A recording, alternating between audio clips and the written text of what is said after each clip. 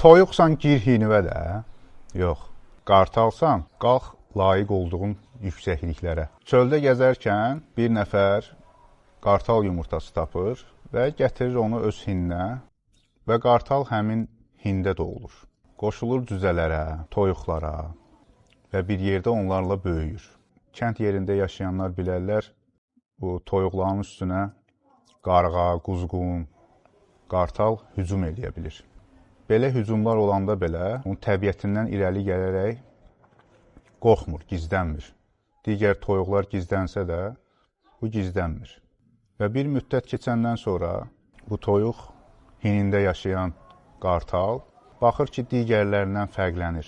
Çox belə çətinliklə dənlənir. Onun caynaqları, qanadları, dimdiyi toyuqlar kimi rahat qidalanmağa, gəzməyə, tullanmağa imkan vermir. Və günlərin bir günündə bu qartal balası başını qaldırıb yüksəklərdə uçan yekə bir quş görür.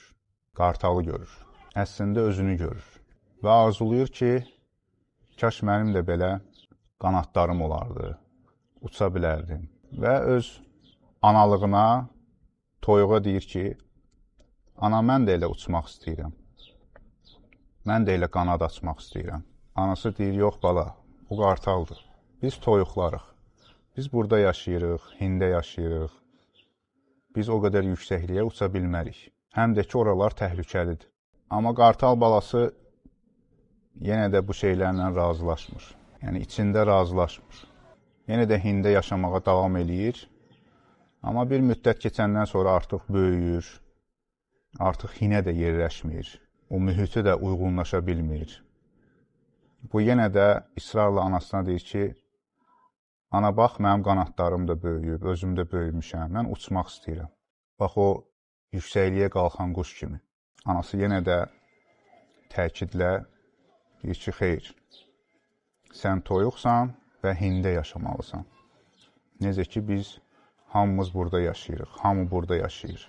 Tək anası yox, bütün digər toyuqlar, xoruzlar buna iradla və təkidlə burada yaşamağına və burada həyatını davam eləməyə sövq eləyirlər. Günlərin bir günü bu çöldə toyuqlarla bir yerdə yemlənən zaman yenə də başının üstündə bir qartalın dövrə vurduğunu görür. O qartal hinin başında dövrə vurur və bu qartal balası onu görüb, o da başlayır onun kimi qanad çalmağa. Əvvəl öz yerində biraz fırlanır, sonra biraz qanadlarını açır.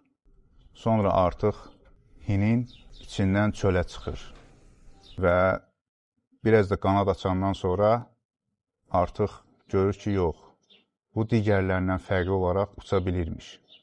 Və bir-iki dövrə vurandan sonra artıq həmin qartalın qalxdığı yüksəkliyə qalxır və bir yerdə öz təbiətinə, insan dili ilə desək, öz ruhuna qovuşur. Biz insanlar da beləyik. Biz hansısa millətin, cəmiyyətin, dinin, həmin o hinin içində doğuluruq.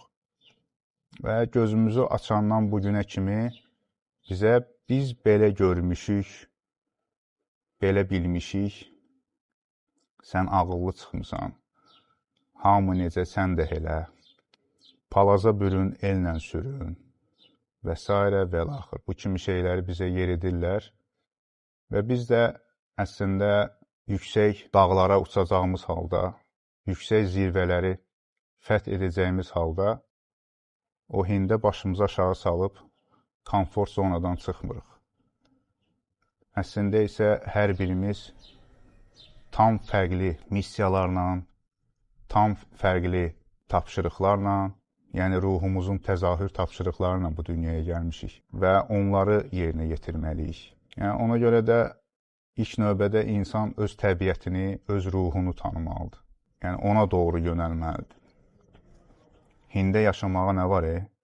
Dəni tökürlər qabaqla, komfort zona, yeməyin, suyun, hər bir şeyin var və heç bir təhlükə də yoxdur.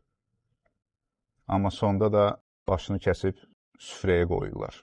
Yəni sən kimlərinsə yeminə çevirirsən, kimlərinsə balışının tükünə çevrilirsən. Çalışın öz ruhunuza qovuşun. öz ruhunuzu tapın. Əsl həyat çətin də olsa, təhlükəli də olsa, komfortlu olmasa da, əsl həyat o yüksəklikdədir, o zirvələrdədir. Hamınıza o zirvəni fəth eləməyi arzulayıram.